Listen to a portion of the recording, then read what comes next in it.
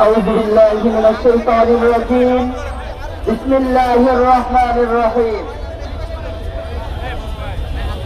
সম্মানিত উপস্থিতি, প্রিয় ঢাকাবাসী, প্রিয় শিক্ষার্থী সমাজ, অত্যন্ত দুঃখের সাথে বলতে হয় আমরা আজ প্রত্যক্ষ করছি বিগত সময়ে দেশের সম্পদ লুট করে, ব্যাংক ডাকাতি করে, খাম্বা চুরি করে, দেশকে দুর্নীতিতে চ্যাম্পিয়ন করে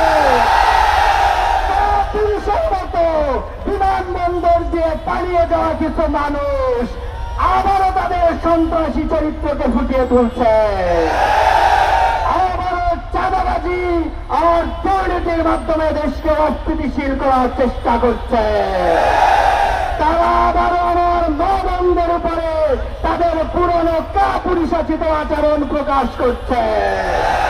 বাংলাদেশ ইসলামী ছাত্র শিবিরের দায়িত্বশীল এবং জনশক্তিরা যতক্ষণ পর্যন্ত থাকবে কোন মা বোনের উপরে কাপুরুষাচিত হামলা মেনে নেওয়া হবে না।